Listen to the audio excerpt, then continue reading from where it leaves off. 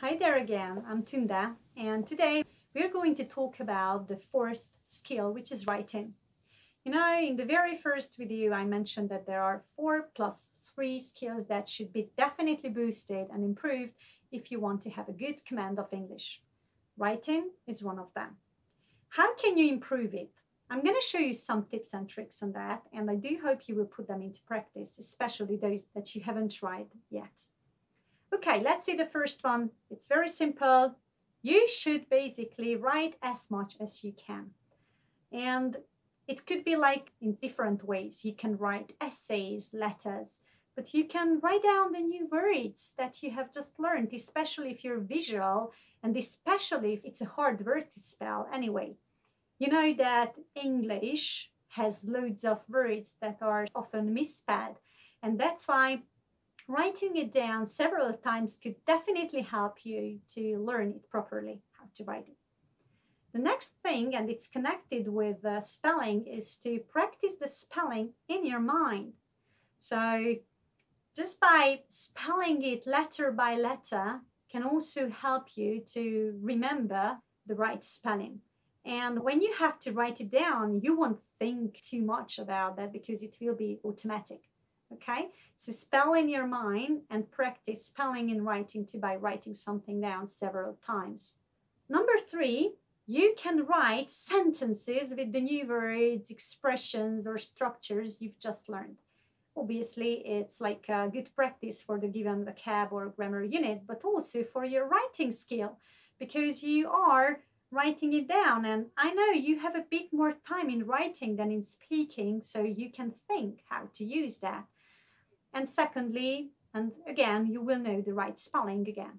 Another great thing you can do is to read over what you wrote, because many times we are rushing and we don't pay attention to several things. And if you read over your writing, that can help you realize your mistakes. I'm not saying it's happening always, but it's a very good thing. And in this case, many times people think of grammar only, but not just necessarily focusing on grammar is important and reading over and checking your writing, but everything like, did I use the right vocab here? Was it the right word? Didn't I miss like a comma? So you can check out the orthography as well. And if we are at this point, let's mention the next tip, which is using the spell checker functions of, like, for example, word. Please use the spell checker. So many people don't do that, and then they are surprised that their writing is full of different errors or mistakes. Nowadays, you know, there's another great tool called Grammarly, which is a great tool, and you can use it on any digital device. So when you write a Facebook message or something on Instagram, wherever, you can get your writing checked by that. It's a great thing, and it's not only focusing on the spelling, but like grammar or use of vocab, everything. So it's a great, clever tool to use, and you can boost your writing with that. The next great thing you can do is to have a pen pal. I know it sounds old-fashioned, but it's not, because we can call them like chat partners too, not just necessarily pen pals.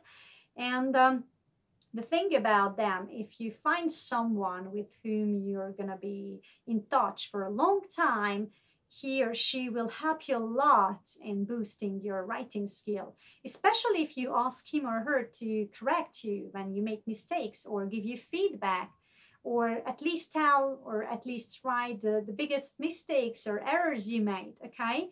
So by asking feedback is one of the best things you can do to boost your writing skill, because similarly to speaking, if you just speak or just write, but there's no feedback, there's no point to improve. And you know, there is always room for improvement for all of us. And by asking for feedback, you can improve. So one of the best is this. And if we have just talked about mistakes and errors, you should definitely collect the recurring issues you have, the recurring mistakes. So when you make a mistake several times, it would be lovely to learn about that, or to unlearn it anyway, because we can get rid of them easily by making them conscious that, this is something I made again. I shouldn't have written that, or I shouldn't have said that. And by realizing it and making it conscious, you can unlearn that mistake, okay? So it's easy peasy, but should be done, okay? By collecting the recurring issues and problems you have. And finally, my very last advice would be to make it simple. Don't overcomplicate writing.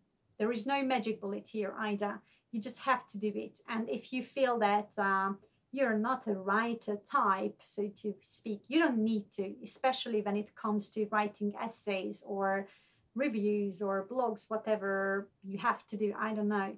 At the end of the day, it's your decision how you express yourself in a written and in an oral form as well. Simplifying things, many times it's like way much more than overcomplicating things. So try to make your sentences simple. It's always a better strategy than making them complicated. And finally, again, to repeat, the most important point is to ask for feedback. In my team, with my teachers, we always do that. We give it as homework because it is a great tool to improve the skill by giving homework like that. Now, I do hope you like this video and you managed to find something useful in it. I'm curious about your opinion, so please write your opinion below or share your ideas with the others to learn from each other. Please give us a thumb up if you liked it, and don't forget to subscribe to my channel. In the next one, we are going to continue with another skill, which is officially not a skill, but it's gonna be, you will see. See you in the next part. Take care and bye.